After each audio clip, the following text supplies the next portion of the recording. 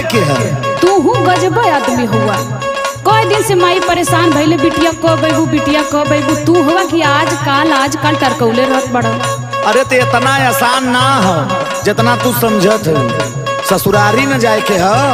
अरे तो दिक्कतिया का है? सुना बताओ थी। बोला। पैसा कौड़ी एक नहीं बा कैसे खाई पड़ता।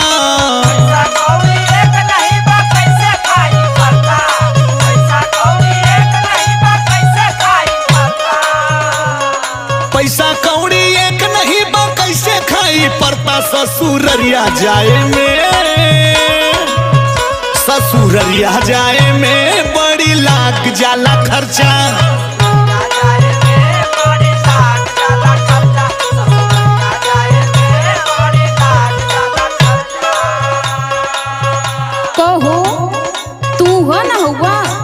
हर 8वें दिने तोहर मोटरसाइकिल उठले रहत रहल। अब 10 खेवा चिल्ला लेकिन तोके कोनो फर्क न पड़ला, पता नहीं काहे। अरे भाई होला कभी कदार पैसा कौड़ी के दिक्कत हो जले, समझल करा। पैसा का ना तोहर दिक्कत हम खूब समझतानी। हमरा कहले ना जाला अजबले रहली साली। अरे तू का सोच गई यार? हम खूब जानतानी। हमरा कहले ना जाला अजबले रहली साली। राजा जात रहला,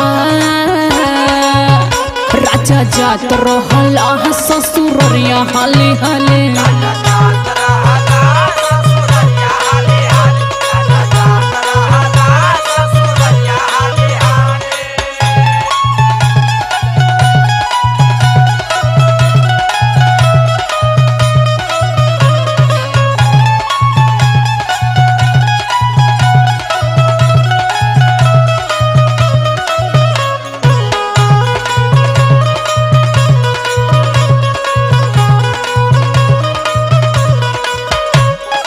अच्छा तोहू कौनो एगो बात धय लेबू तो के धैल ही रहबू, छोड़बू ना।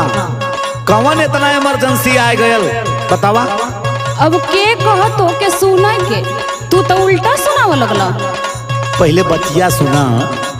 फोनवा से रोज बतियाव तेनू बाड़ू।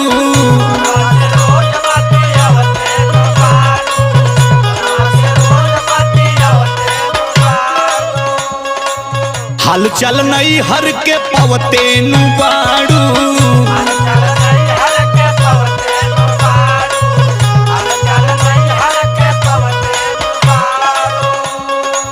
फोनवा से रोज बतियावते नु बाड़ू। हाल चल नहीं हर के पवते नु बाड़ू। उहवा जाके सबके का सुनै बुसीवा चर्चा।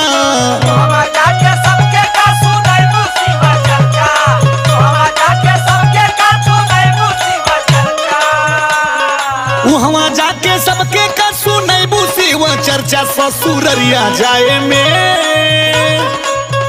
ससुररिया जाए में बड़ी लाग जाला खर्चा।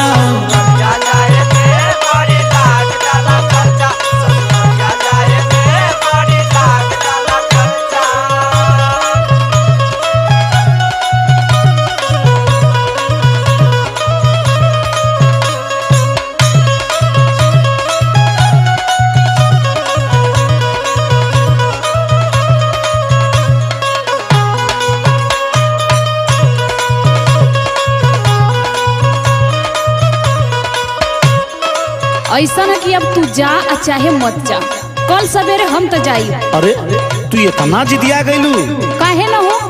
तब तो तू कूद कूद के अम्मा के देखे जात रहला। देखे ना अपना आँख से के जात रहला। चुप रह। तोहरा के बढ़िया से जान गईनी लुखाऊ। इहे कुछ फालतू बोललू तो ठीक ना लगे। अब ही कहाँ बोलता है? हमार दिमाग ऐसे ही तू खराब करा। कई घंटा रोज बतियावत रह झूठाऊ।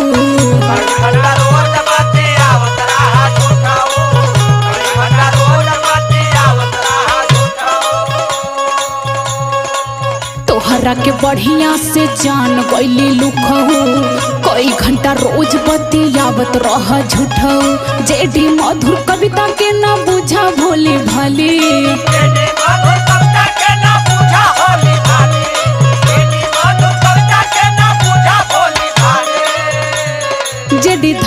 कविता के न बुझा भोली भाली राजा जात रहला,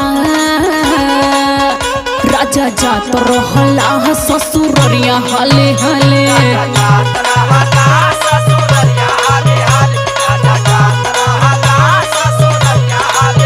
ससुररिया जाए में बड़ी लाग जाला खर्चा, राजा जात रहला ससुररिया हाले हाले। ससुररिया जाए में बड़ी लाग जाला खर्चा, राजा जात रहला ससुररिया हाले